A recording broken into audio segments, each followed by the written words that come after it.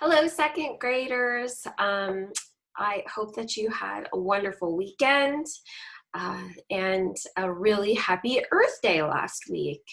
I look forward to speaking with you on our call and seeing if you did anything exciting. Today, I'm going to read to you the story of the spider and the fly. And again, this is a story from Scotland. It was a beautiful sunny morning, kind of like today. And Grandfather Spider, with his long 8 hairy legs, was crawling up the window of someone's house until he came to the ledge. The sun was shining and the birds were singing, and it was just a gorgeous day. He took a long silver thread and carefully stretched it along the edge of the windowsill. He curled up and then he went off to sleep. Well, higher up on that window was Daddy Longleg. And he was buzzing around the window up there with his long legs, just buzzing around. He watched Mr. Spider put up that silver thread. But Daddy Longleg knew better. He would not touch that thread. He would not come near it because he knew that there was danger around. Well, out in the garden, Mr. Bumblebee was buzzing around from flower to flower, and he was gathering pollen to make his honey. And as you know, bees have many eyes. And from one of the eyes, he was able to spot Grandfather Spider making his long silver thread. But Mr. Bumblebee would not touch that thread. He was going to stay away from it because he knew better. Well, then who should come flying along but nosy Mrs. Fly herself? And you know how nosy flies are, because if you have ever had one in your home or one in your classroom, which I know we have, they like to fly around all over the place. And they drop on your light bulbs, and then they fly over to your food to inspect it. And then they might land someplace for a little while and clean off their legs for a bit. Well, they like to investigate. And flies are nosy little creatures. So she came flying along and she landed on the window ledge, and with her 6 little legs, she crawled up very carefully across the ledge. And then she saw the silver thread. She said, "Oh, what a beautiful thread. I've never seen anything so beautiful in all my life. It's glittering in the sunlight."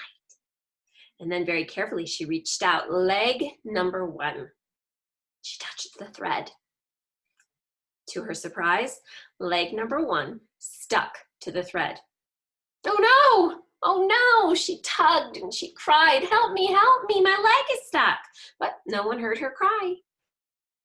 Help me, someone."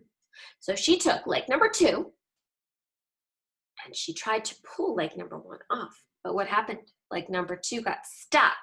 "Oh, help me, someone, please help me. My legs are stuck to this thread." She could not get free. So she took leg number 3 and tried to release leg number 2, and of course, it got stuck.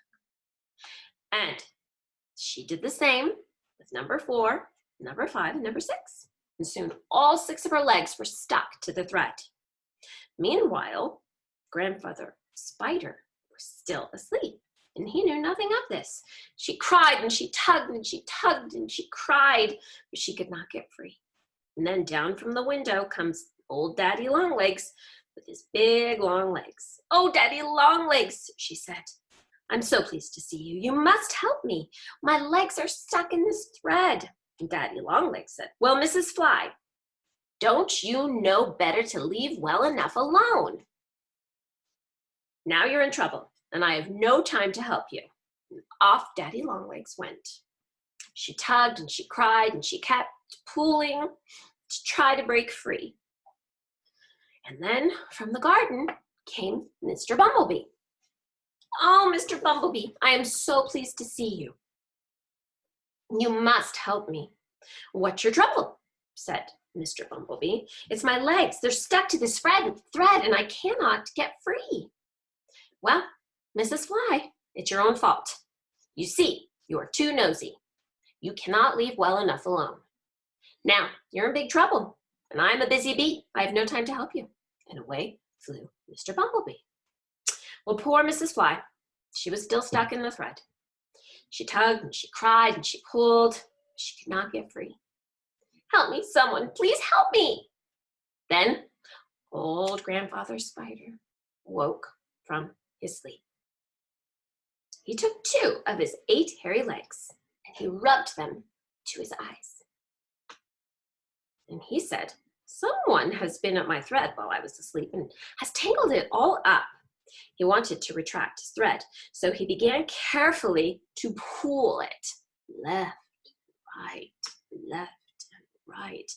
But with the thread, he naturally pulled in little Mrs. Fly.